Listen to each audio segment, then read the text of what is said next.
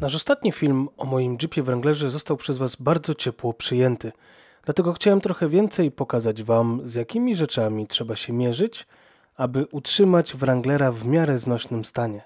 Nie chodzi tylko o pieniądze, ale również o czas, jaki się wiąże z naprawami. Zobaczcie film, który nagraliśmy przy okazji 2 dni pracy przy Jeepie. Oczywiście nie można było po prostu bez parcia, z wyprzedzeniem wszystko zrobić, tak żeby mieć na wszystko czas, tylko jak zawsze wybraliśmy sobie czwartek i piątek na naprawę, a w sobotę mieliśmy już zaklepany wyjazd. Czy zdążymy? Czy uda nam się wszystko ogarnąć na czas? Zobaczcie. Także jeszcze jeden energetyk i lecimy. Impulsem do tej całej zabawy było urwanie przeze mnie półosi na ostatnim wyjeździe. Coś jebnęło. Prawe przednie nie robi w ogóle. A jak już zabraliśmy się za robotę, to szybko dopisałem do listy bump stopy, piasty, stworznie, klocki, łączniki stabilizatora. Czy w międzyczasie dojdzie coś jeszcze? Jak znam życie, to pewnie nie mało. Pokaż, co jest do wymiany. A, do wymiany. Do wymiany jest Jeep.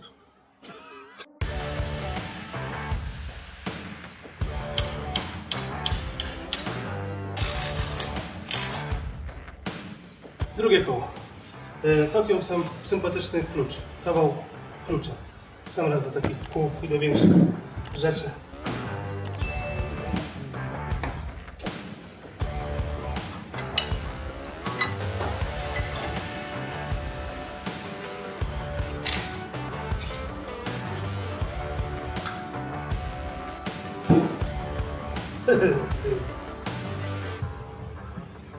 Warstwa klocka to tam jest pół biedy, tylko chodzi o kwestię tego, dlaczego tutaj nie czyścicie klocków, co widać w puderku.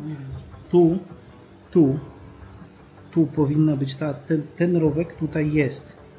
I da się go wyskrobać, tak samo tu. Dlatego się rozbiera raz na jakiś czas klocki. I ten rowek tu się go robi po to, żeby pył się odprowadzał, a nie tylko błoto się zbierało. Przez to też mogą Wam w Waszych cudownych terenówkach klocki piszczeć, przez to, że tu jest pełno syfu.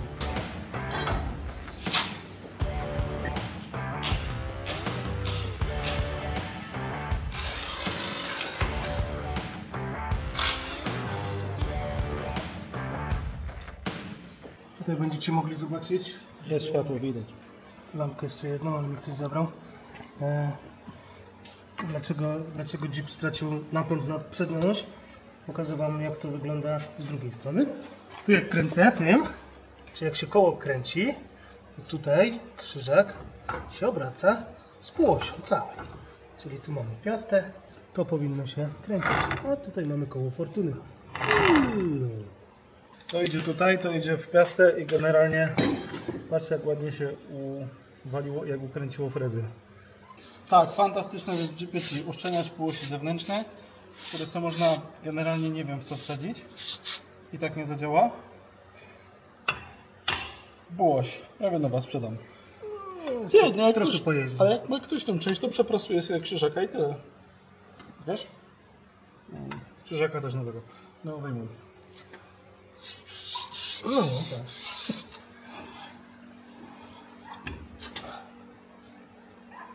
Pokaż.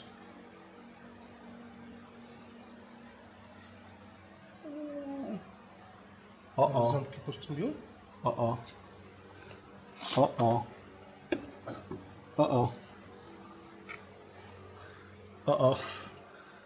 To nie jest dobry znak.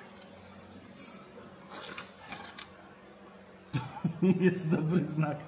Dobra, otwieramy dyfer, bo widzę, że będzie. A tu się ktoś zastanawia, czy stworzeń są do wymiany. Po prostu już pożegnałem chwilę temu. Na razie idę po półoś.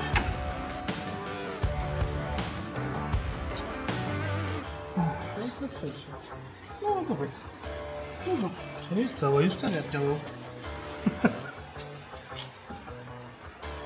Świetne pomysły to są. To jest wszystko do wyczyszczenia. Ja ciesznie, co tu się będzie działo. Podsumujmy sobie pierwszy dzień.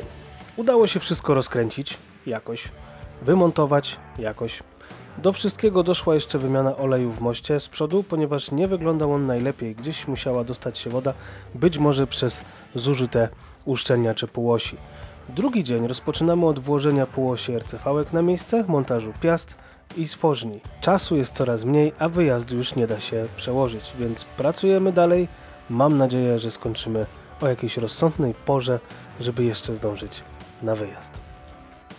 Dobrze, jeszcze niecałe 3 godzinki nam zostały, ale lewa strona już jest calusieńka, czyli mamy poskładane wszystko z powrotem. Jednej blaszki nie mamy.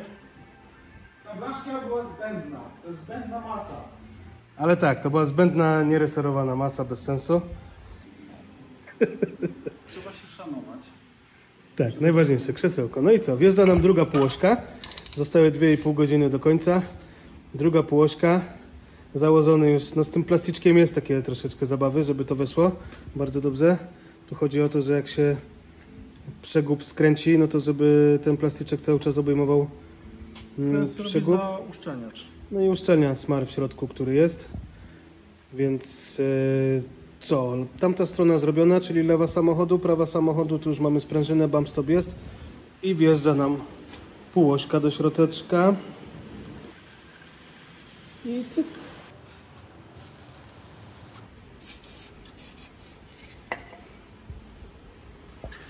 No i montujemy zwrotnicę. Tutaj warto sobie... Bardzo podoba to stwierdzenie my. No, wspieram Cię duchem. Tutaj ważne jest, żeby właśnie ten dolny stworzeń sobie przesunąć. Gówno żeby... tam. Nie ma na takie patenty. To jest, za to się płaci. I wtedy to łatwiej wchodzi. To tylko przy RCV-kach jest taka mongolska teoria. Podobno wszystkie powinny przechodzić przez otwór, ale no nam się nie udało ich wyciągnąć bez strat przez otwór. 2 godziny do czasu zera. Jak łatwo wyciągnąć i włożyć sprężynę, trzeba sobie odpowiednio mostem przerzucać, a najlepsze do tego jest oczywiście podnośnik. Teraz do góry ustawimy sobie, żeby panhard nam się mógł zahaczyć i już most... Czekaj, bo właśnie panhard stwierdził, że to jest ok. Jeszcze trochę? Tak. Mamy taki bardzo fajny podnośnik z firmy... Czekaj. Z firmy czekaj. Z firmy Tagre. Czekaj. Daj w dół. Minimalnie. Na dół? Minimalnie. Idzie? Dobra, teraz góra. Stop. Stop, bo ja sobie teraz szybko dopasuję amortyzator. Panhard jest w miarę na miejscu. Nie jesteśmy fanami łapek do sprężyn, bo to jest takie trochę niebezpieczne. Dużo łatwiej jest sobie pomanewrować mostem. Dzięki temu bez żadnych naprężeń wyciągasz, wkładasz sprężynę i załatwione. Także Wiesz, że moim zdaniem te śruby, co są z kołnierzem, to tak samo po nakrętki z kołnierzem, samokontrujące lub takie zagniatane, są chyba najfajniejszym rozwiązaniem do zawieszeń, w szczególności w ocynku płatkowym, czyli takie coś. Tutaj ewentualnie z opcją zacinania się. Z nakrętką samokontrującą tutaj jest zagięty trochę ten gwint, żeby się tak łatwo nie odkręcała i to jest ocynk płatkowy typowy do automotywu. Bardzo fajnie się sprawdzają. A jak ktoś ma pretensje o smarowanie śrub, to polecam sobie poczytać o dynamometrii i możliwości odkręcania śrub. i nie jest to żadna reklama, ale jak w Krakowie szukacie takich rzeczy, to jest taki sklep Viking, ulica Makuszyńskiego, jak dobrze pamiętam, nie? Tak, Makuszyńskiego. Mają generalnie... Mają wszystko, jeśli chodzi o śruby i dobiorą Wam idealnie wszystkie śrubeczki, nic nie musicie nawet wiedzieć, pokazujecie co i mają chcecie. sklep online. No i tak, sprzedają online, ale oczywiście tam jest Ale zawsze... nie ma takiej fachowej opcji. Dokładnie, musisz wiedzieć co chcesz, a tak to jedziesz, mówisz śrubeczkę tu i taką albo taką i mogę polecieć z czystym serduchem. Piasty w mostach Dana są przykręcone kluczem 1/2 cala. Taki ładny. No nieważne jaki, może być brzydszy, ale chodzi o to, że to jest 1/2 cala. Jeżeli szukacie odpowiednika w metrykach, sorry, nie, bo nakrętka jest 12-kątna. Taka fajna rzecz, w sumie wcale nie droga. Trzeba tylko umieć tego używać. Trzeba wiedzieć, po co to jest. Tak, to jest generalnie czujnik zegarowy. On pozwala zmierzyć tak naprawdę luz, bicie. Odchylenie. O, dziękuję, brakowało mi tego sposobu. Nie no, to mierzy po prostu wymiar, tak? Bo patrzy jaka jest Tak, odległość. więc można, przede wszystkim używa się tego raz do mostów, Nie, tego to się powinno przede wszystkim używać do tarcz hamulcowych. 2 do tarcz hamulcowych, żeby wiedzieć, czy na przykład bicie nie pochodzi z tarczy. One są po prostu krzywe. A w terenówkach się zdarza, no bo ciepła tarcza, czy w ogóle jeżdżenie po wodzie, po syfie niestety potrafi zwichrować tarczę. Teraz widać, czy piasta ma bicie, a raczej jakie bicie. Piasta ma bicie ile? 2 dziesiątki? 1 dziesiątkę? Dziesiątka. Myślę, że to jest w granicach tolerancji. To jest smar bezkwasowy, który specjalnie służy do tłoczków hamulcowych. Akurat ja preferuję z firmy Bosch, jest Techstar, jest jeszcze chyba AT, taki ma, tylko nakładałbyś tak w środek. Jest po to, żeby Wam akurat tłoczki nie rdzewiały. To, że Jeep zrobił bakielitowe i generalnie całemu światu pokazał kij Wam w nery i bawcie się dobrze z tym badziewiem, to nie znaczy, że w Waszych samochodach jest inaczej i niestety trzeba to zrobić tak, że trzeba to wszystko besmarować. Jak nie smarujesz, to Nie pojedziesz. No, to dokręcamy akumulator, bo był odpięty przy spawaniu. Cyk, plusik założony. No i co, wygląda na to, że powoli wszystko mamy. Zamknięty most, zalany olejem, mniej więcej 1,6 weszło, więc jest całkiem sporo oleju. No wydaje się, że wszystko poskręcane, jeszcze było sprawdzone 2 razy niektóre śruby, czy na pewno, więc będzie wielki test. Teraz zakładamy koła, przykręcamy panharda, trzeba go będzie wyregulować jeszcze. No i tylko tylne łączniki droczków jeszcze, a czasu zostało 40 minut? Godzina. Godzina? Jest szansa, cały czas jest szansa. No dobra, koła przykręcone. Wydaje się, że wszystko jest na miejscu. Blokada działa? Nie. No i bardzo dobrze, bo jedno się kręci do przodu, a drugie się kręci do tyłu i tak ma być, jak jest otwarty most. Powoli idzie na dół.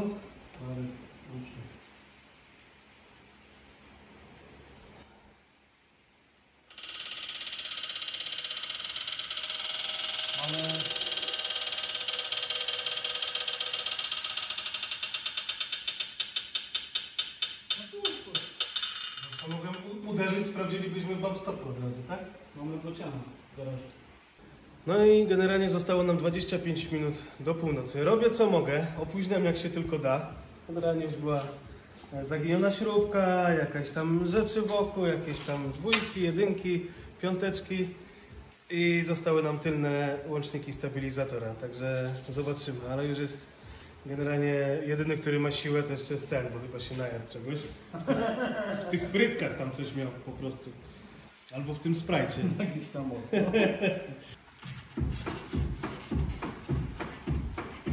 No serio. Jakby się ktoś zastanawiał nad stukaniem, to bump stopy niestety tak mają, że one tak robią. Jeżeli ma górny odbój, tylko dźwięk to jedno, a praca to drugie. Dobra, koniec aerobiku, do roboty. Bo oczywiście to nie jest tak łatwo odkręcić po prostu coś. Ale doszliśmy do wniosku, że bez podnoszenia się uda szybciej. Karol jeden odkręcił. Doszliśmy do wniosku. To małe. Doszliśmy do wniosku. Karol odkręcił jeden już łącznik stabilizatora, został drugi, więc wydaje się, że chyba wygram. Nie wygrasz, bo sabotowałeś. Nie sabotowałem tak bardzo. Dobra, dam Ci dodatkowe 5 minut czy 10. Chcesz? 15. Na 15 się zgadza. Ale razem z odpaleniem. Ale bez sabotowania. Bez sabotowania. Paliwa nie ma. I prądu nie ma w akumulatorze. No i taka mała różnica. To było zamontowane wcześniej. Taki, powiedziałbym, łączniczek. To jednak faktycznie jest troszeczkę lepszej jakości. Po pierwsze jest grubsze. I wydaje się lepsze. Zobaczymy. Co, wydaje się, że jest wszystko przykręcone. Będzie działać albo nie. Ostatnie sekundy. Tak to bywa. Czas się już skończył, czy nie? 10 sekund temu. Jak nie zapali, to stary, nie ma jedna.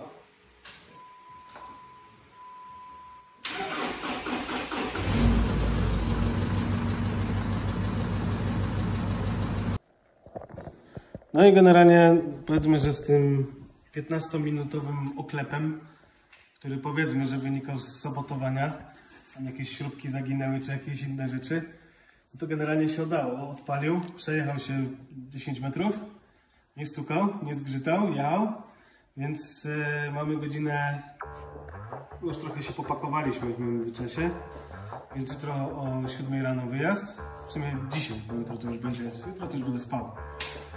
Dzisiaj o 7 rano wyjazd, no i zobaczymy co będzie. Pogoda widzę, że będzie sympatyczna, ale no jeździ, także no dokonał, udało mu się. Niech mu będzie. Jedna robota zakończona, a tam z której już są części do następnej. Ale o tym jeszcze nie teraz. Dzięki.